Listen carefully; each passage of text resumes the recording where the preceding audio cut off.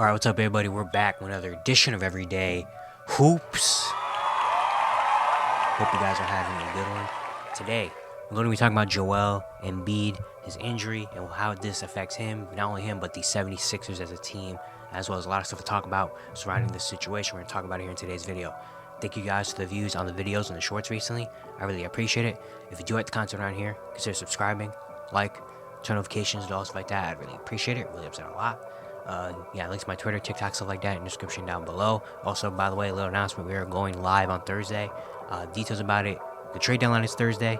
More details coming out soon because it's either going to be, I'm going to go live during the trade deadline, but there's also odds that I might have to miss the trade deadline, so we might be doing a live stream after the trade deadline to recap everything that goes on and my thoughts there, and then we'll turn that into an actual video, stuff like that. So more details and stuff will be coming out about probably either tomorrow or Wednesday, we'll see. But yeah, just let you guys know that we're going live pretty soon. And yeah, don't waste any more of your time. Let's get right into it. So of course, we all know about the Joel Embiid injury. Happened. Of course, he's having some knee problems for not just this year, but the entirety of his career, it feels like. But this year, he's missing a lot of games, to rest and take care of that knee. And a lot of talk about that. And then we had that situation in Denver happen where right before the tip-off, they're like, he's not going to play anymore. That caused some concern. Then he missed the next game. And it's like, all right, what's going on?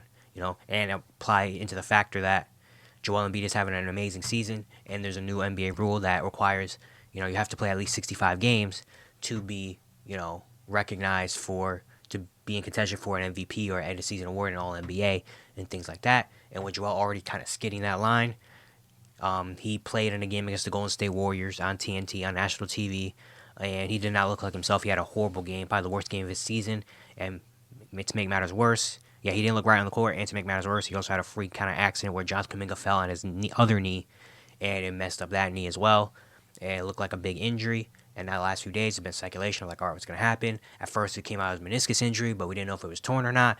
And then yesterday or the day before, Shams posted and saying he's going under procedure for a displaced flap in his meniscus, which basically means torn meniscus, and that he's going to be out. And then earlier today, Shams went on Running Back TV and said that the hope is that he only misses 1 to 2 months, but if it is a full repair, if the surgery is a full repair of a meniscus, then it's going to be a longer time period, and there's been a lot of speculation of what that time period is. Some people say maybe the rest of the season. Some people say, depending on what it is, maybe a couple weeks, and then to heal, and then the rest, and then he'll eventually could be back by the end of the year. Even Woj had a report yesterday saying that the door isn't closed on return. He could come back this season. But there's been a lot of speculation about what actually is going on with Joel. We still honestly don't even fully know what's the real surgery is, or what really is going on, or what a real timetable is for Joel Embiid. It's just been a lot of speculation and stuff like that. But either way, it looks like Joel's going to be out for a while. Either way, it looks like Joel's not going to be out, not going to be around for a little while, whether it is 1 or 2 months, whether it is the rest of the season he comes back to the playoffs, or whether it is we don't see him the entirety rest of the year until opening 2024, 2025, Like, we don't know when exactly, but all we know is he's not going to be around for a little while. And that is really going to hurt the 76ers. It's not only going to hurt him, his MVP candidacy as well. Obviously, with the new 65-game rule, he's not going to be eligible for it, which is unfortunate. He's not going to be able to win MVP, even though he probably was if he never got hurt, he was going to be the MVP favorite, especially if the Sixers were going to stay the top seeds, which they probably were, So that sucks for him, And, he's had a lot of injury issues before that have kept him out, especially in the playoffs. He's never really had a fully healthy playoff run either. And this was potentially the year. A lot of people talking about, all right, Joel has to kind of do something now in the playoffs, especially after last year winning MVP, and then the way they went out against the Celtics, and the way he's been performing in the past few playoffs. It's kind of been like a thing, all right, Joel, we know what you can do in the regular season. You got to prove it in the playoffs now. And this was kind of supposed to be it looked like it was gearing up to be the year that potentially Joel wins another MVP, is dominant. The Sixers look great without James Harden. They're one of the top seeds in the East. It's one of the better Sixers teams they've had in the Joel Embiid era in terms of, how they play and fit and stuff like that. Maybe this could be the year with the Bucks not looking as superstar contender as they are. They're probably going to have to only get through the Celtics. Like, it looked like the year. And then it slowly just came crashing down now to Joel Embiid gets injured, missed a few games. Kind of looks like he forced himself. If he did or not, who knows. But from fans' eyes, from my eyes, it looks like he may have forced himself to play a game against the Warriors. And now he potentially could be out for the rest of the season. which is really unfortunate for this. So this only not only hurts Joel and what his MVP candidacy, his awards, but also his playoff run and stuff could do, but this hurts the 76ers obviously as well. I mean, the 76ers, of course, they've been one of the best teams in the NBA this season, especially early on in the year. They were kind of surprised of like, whoa, they look amazing without James Harden. You know, with Tyrese Maxey taking the jump, Nick Nurse, they make the Harden trade, get some more pieces. Kelly Oubre looked good. You know, there's the bench, Pat Bev, Paul Reed chipping in, and it was like, oh, shoot. But then the injuries started to come. Joel started to miss a couple games and stuff. They started kind of coming back down to earth a little bit. And now, you know, with Joel out, you know, with Maxey also missing a couple games, Tobias Harris missed a couple games, and now they're starting to fall back down in the Eastern Conference. And so far, right now, they've lost 5 of their last 6 games. The only win was against the Jazz, where Tyrese Maxey had to put up 51 points to win by 3 against the Jazz. They just got blown out by Brooklyn the other day on Saturday. Yeah, they have not looked good as of recently. And even with Joel there, it kind of started to look a little bit more down because, you know, it kind of the realization of really it's only Joel and Tyrese over there. Everybody else, you know, good role players that could contribute, but it's like maybe they're missing another piece. You know, maybe they can go get another good player, especially with some of the assets they have for this year. You know, maybe not getting an all-star, all-NBA level talent, but still another good player to have a third option next to Joel and Tyrese. But now with Joel Embiid going to be out for a significant amount of time, this kind of changes a lot. You know, not only for their hopes for the rest down the line, playoffs and stuff, but also for the trade deadline that comes up this week. Potentially making moves that changes that in a way of like maybe we don't go all in because if Joel's not going to be around, then what's the point of going all in and making a move and trading some of our assets to get another piece, you know, if it's only going to be those two and Joel's not going to be around, you know, for the playoff run.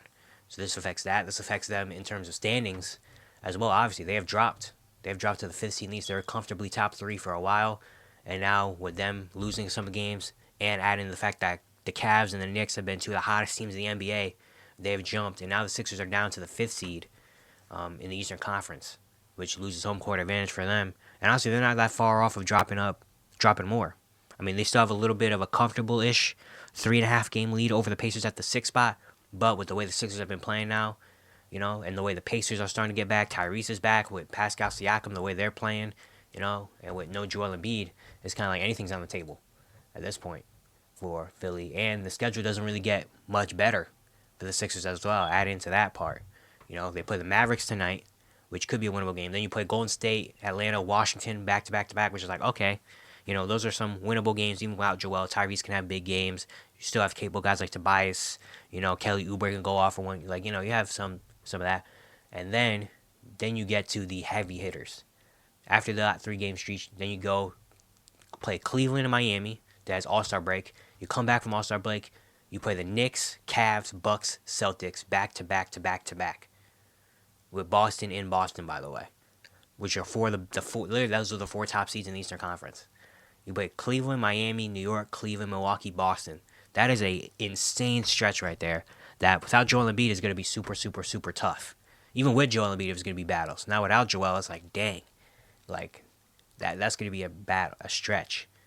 You know, that's a big stretch right there. Especially coming back from All-Star break, you know, with some more energy and, you know, kind of really getting into, okay, the playoff push. Like, having that stretch of 6 games in a row.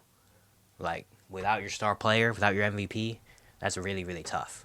You know, so there's a world where the Sixers fall down even more. You know, and also that's depending on what the Indiana Pacers do and teams like Orlando, Miami, who are the 7 and 8 seed, if they get better, you know, and they start to figure out a rhythm a little bit. But yeah, the Sixers team has its potential to be in danger, you know, which is understandable because of course no Joel Embiid, but the Sixers team, which at first starting the year looked like they were a team like maybe, like honestly I was saying before, like if Milwaukee, the way Milwaukee was playing, if Milwaukee and Philly matched up in a playoff series, I don't know. I might have to take Philly has a good chance of winning that one. Now without Joel for seemingly a little while, and the part is we don't really know when he's gonna come back. Like, is he gonna be back for a playoff run? Even if he could be back, do you? If you're the Sixers, put him back into the series for a playoff run? Let's say the Sixers stay or fall to the 6th seed, and you have to play the Cavs in the first round or the Knicks in the first round. And Joel Embiid hasn't played the rest of the regular season, and all of a sudden, playoff time, he's ready to go. Do you throw him into that series? against Cleveland and New York on the road as well. With both those teams being very physical, like defensive type of teams, like do you risk him coming back right off a meniscus injury, which is something like he's not gonna be able to. It's not like he's right now surgery. All right, we can go right into rehab, playing on the court. Like I feel like that's an injury that you kind of need to let it heal a little bit, you know. So coming right off of a meniscus injury to playoff time, like is that really like do you really want to put your franchise player in that position to where even if he does play, he's probably not gonna be 100%, not gonna be fully conditioned ready, you know? Even if he was 100%, that was gonna be a really tough series anyway. And now with him maybe at 60%, you're gonna throw him in right off a meniscus injury of a big surgery and big injury, and risk him potentially getting even more injured for a 6-game loss in the first round. Like, are we really gonna risk that? If I'm the Philadelphia 76ers and I'm Daryl Morey and Nick Nurse, is that worth it? Especially when we have an upcoming offseason where we have what $30-something million of cap space, you know? Like I don't think that's worth it to me personally. I don't think that's worth it. Now if he does come back a little bit earlier, if it is a month or two, let's say it is. I mean, we're in February now, so a month or two literally is May or is March and maybe April. So even if he does come back like April 1st or something like that, it's like he's only gonna have what maybe 6 games to prepare himself for a playoff series. Like I don't really know. I honestly don't know. I don't really know. Like there's been reports even before, like there's been conversations about what Joel should do even before the surgery and the injury came out. Like I think was it Kendrick Perkins was the one that said I don't think he plays the rest of the season. And at first it was like dang what the heck. But now looking at it, I kind of don't. I kind of see where he's coming from, and I kind of agree with him in a way. It's like if he's coming off a big injury and he's not ready till mid-April, you literally you have him back for like what? How many games do they play in April? The Sixers play 7 regular season games in April. Let's say he comes back April 5th. April 5th. After April 5th, they have 5 games against Memphis, San Antonio, Detroit, Orlando, Brooklyn. So some easier games to end the season off. It's like, do we really bring him back for those 5 games to get him ready and then go right into a playoff series off this big injury? Like, it could happen. Obviously, it's not the worst thing in the world, maybe. But it's like, I don't know. I don't know if you risk it. I really don't know if you risk that. Especially if you're going up against a Cleveland or a New York, or even if they, worst comes to worst, they just struggle without Joel Embiid. They go on a bad streak, and a team like Orlando, Miami starts to figure it out, and they jump. Imagine if Philly falls into the play-in as a 7 seed. Now you have to play an extra play-in game just to get, you have to win just to get into the playoffs, and then you get Milwaukee in the first round. Like, is that really worth it? If I'm the 76ers, of putting Joel Embiid in that situation where he potentially could get worse, it could hurt him down the line. Like, I don't really know. I don't know if I could do that. I really don't know. So to be honest, like I would not be surprised if we do not see Joel Embiid throughout the rest of the season. Depending on circumstances. Now, if they can stay afloat, and they do stay around the 5-4 seed, and you play the Knicks, I still don't know if you do throw Joel Embiid back in that situation. But now, honestly, like Joel Embiid, now we know he's gonna be out for a little while. It's up to Tyrese Maxey and the others to kind of step up now.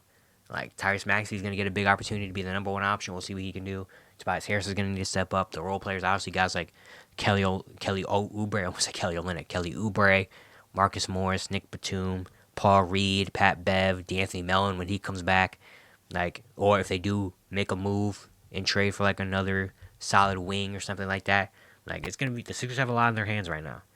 Nick Nurse, Tyrese Maxey, and them have a lot on their hands right now. Without their MVP, they're gonna have to try to just keep them afloat and just wait and see, when he's gonna come back. But it's just a really tough situation, especially with the way Joel Embiid's been playing this year. How the Sixers have looked this season. This just is horrible timing. It sucks a lot, But honestly, at this point, it's kind of like, all right, we'll see what we can do this year. But if I'm the 76ers, I'm not forcing anything. Especially when we have a brighter future with now knowing what Tyrese Maxey can be, and he's an all-star level player, and with so much cap room next season and all this stuff. Like, if I'm the Sixers, I'm not really going to be pushing it. Like, I'm not Like, if we end up as a 6th seed in the first round, Joel's still not really fully 100% there. If he's like 50%, he's still kind of I would not force it. I wouldn't force it. I'll be like, you know what, Joel? Take as much time as you need. We're going to the playoffs. We'll see what we can do. But next year, this offseason and next year could be the year. Just rest up fully, Joel. Get healthy, and come in, and we'll wait till next year. That would be my thinking if I'm the Philadelphia 76ers. But, of course, I'm not them. And for them, who knows? Maybe they do push Joel. Maybe they do think, this could be the year. Who knows? But we just got to wait and see at this point. But yeah, it's going to be it for today. Hope you guys enjoyed. And once again, if you enjoyed the content around here, consider subscribing, like, turn notifications, stuff like that. I'd really appreciate it. Really upset a lot. And yeah, I'll see you guys tomorrow.